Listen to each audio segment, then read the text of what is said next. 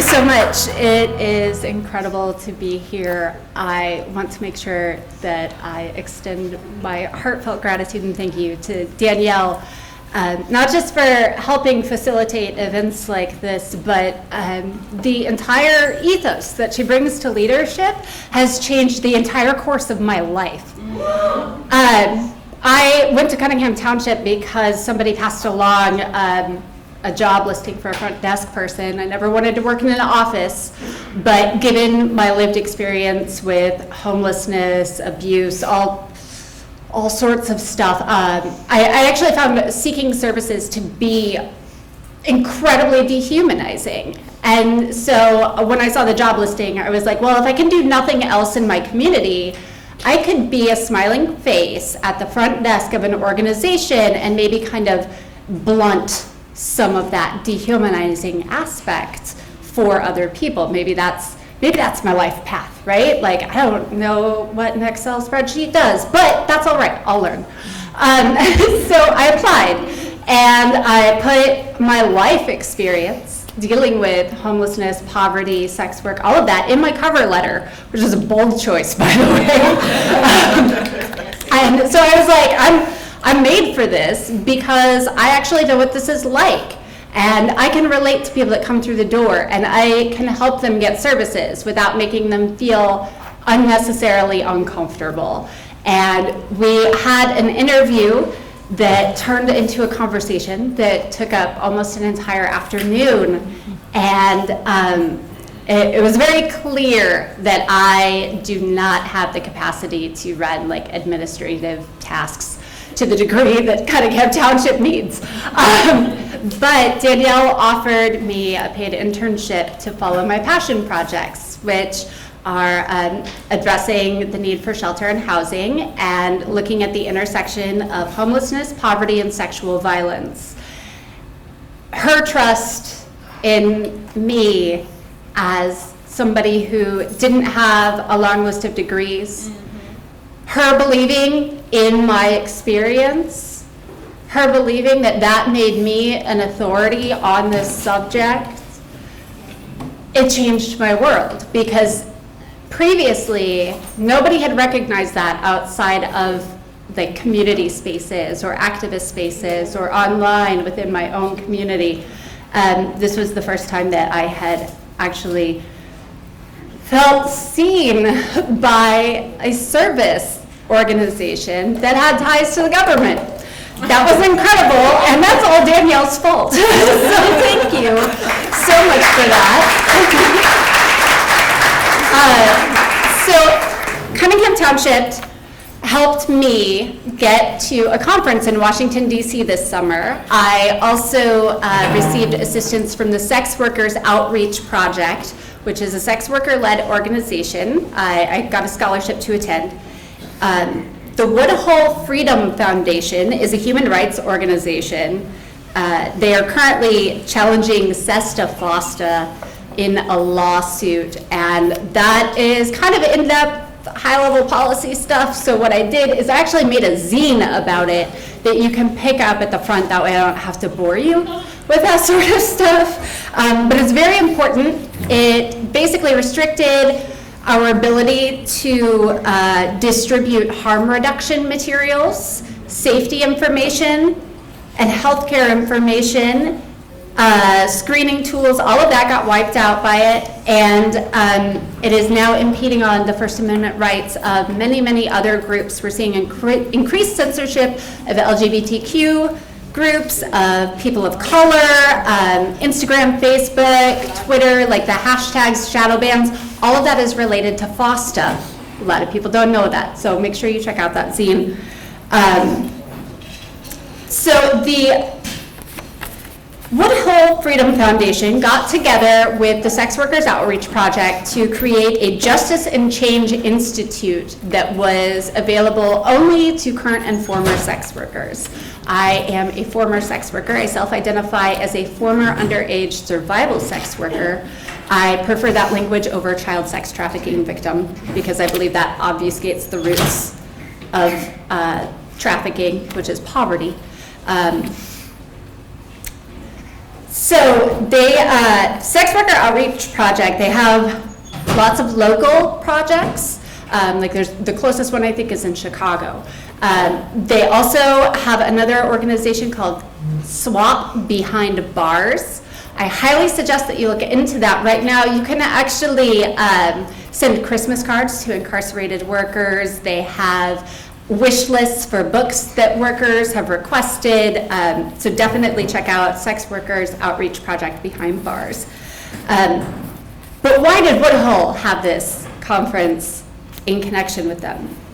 One of the largest sex worker organizations, Desiree Alliance, actually had to cancel their 2019 conference. It was called Transcending Boundaries, Immigration, Migration, and Sex Work. And I want to read their statement on that really quick. Due to FOSTA-SESTA enactments, our leadership made the decision that we cannot put our organization and attendees at risk. We hope you understand our grave concerns and continue to resist every law that exists to harm sex workers. Keep fighting. So they were afraid that they were going to have ICE raids at their conference in Las Vegas, and so they had to shut it down. So Woodhull and SWAP got together to make this special institute. It dealt heavily with legislation like decriminalization, SESTA, FOSTA, other laws that are designed to impact sex workers. They're also the same sort of laws that target people of color, like loitering laws, laws like condoms as evidence of prostitution. This is a very, very big deal in terms of harm reduction and safety. If you can be incarcerated for carrying condoms, that's really dangerous, and that happens in America. These laws disproportionately also affect trans sex workers as well. There were a lot of really interesting ideas that were discussed at this institute, including using sex education as a tool of criminal justice reform, basically teaching things like consent, bodily autonomy, and self-worth in the classroom as part of that. That's a revolutionary way to address a lot of these issues. So there was a lot going on, but there's something I want to focus on.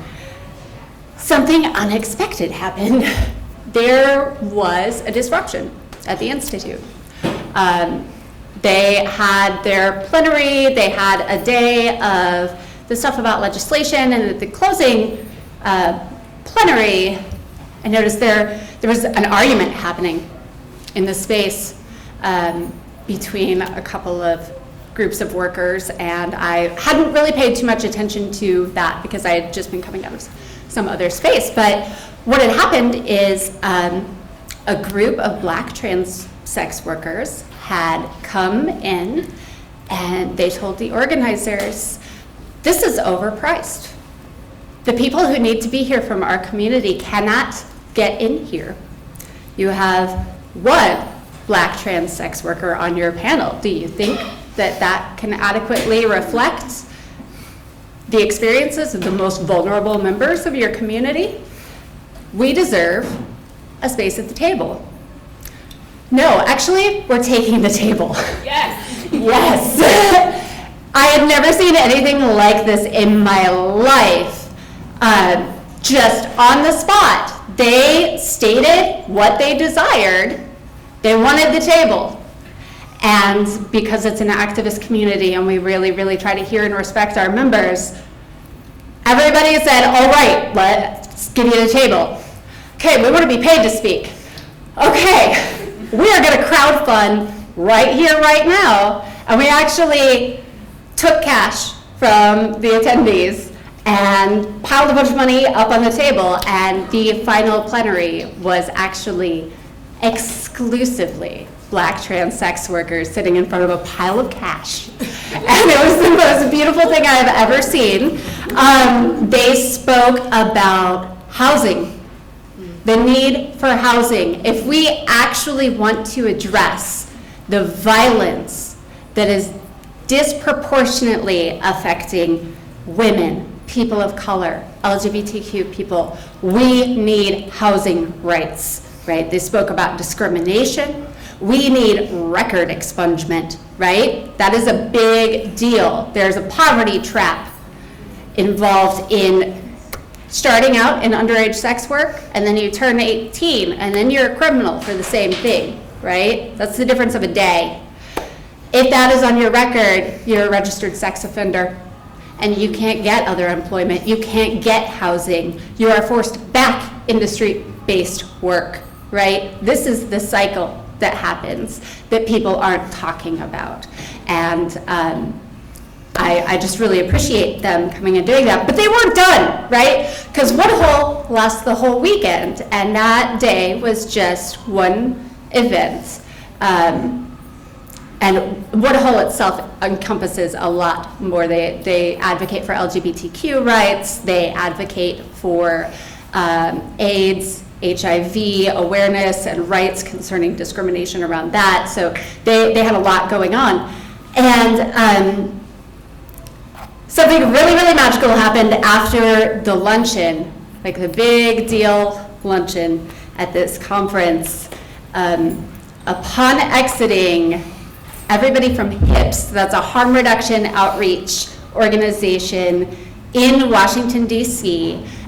There are a lot of incredible people who work there, including lots of the Black trans women that I spoke about that took over the panel. I'm going to give a special shout out to Tamika Spellman because she is amazing. Go look up her work.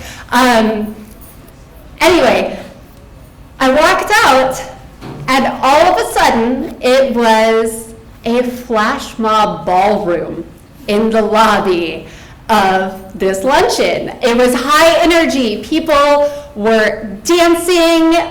Charisse from HIPS had a bucket and a megaphone. She was talking about housing rights. She was talking about discrimination. She was talking about what people need, right? And everybody gathered around in a big circle. Everybody was throwing money into the bucket. It was very, very high energy, incredibly vibrant. And I've never seen a protest where nobody was upset, right? Like nobody felt like they were taking away anything. All they did was just bring themselves into that space, right? They weren't offered a space. Poor people, marginalized people usually aren't. Like those invitations aren't getting lost in the mail. They've never been sent, okay? So these people just seized this space, took it completely over, and turned it into something beautiful, remarkable, and tangible, right? Everybody that left that saw what was happening and was smiling, started buying their merchandise, started throwing money in the bucket, like really started to make connections between the fact that, like, oh, we are leaving out the most important people in our movement. And here they are telling us in a way that is incredibly, really, really beautiful. And I just have so much gratitude to them, to everybody that was a part of that, because coming from the cornfield, I came from a place with like 2,500 people. I've never lived in a big city. I haven't been able to be involved in like really edgy activist spaces. Like this was the first time in my life that I really got to see something like that. And all of a sudden I realized that there was so much possible that I had no idea until they showed me. I didn't know that I could be angry and fun at the same time. And it turns out you can. Like get mad as hell, but fight like it's a party, okay? Because that's how you get people to join you. That's how you get people to engage, to spread your message. And so thank you, everybody, for listening to me ramble on about this. Thank you to Danielle. Thank you to Cunningham. Thank you to all of the amazing students that have been involved in this. Thank you.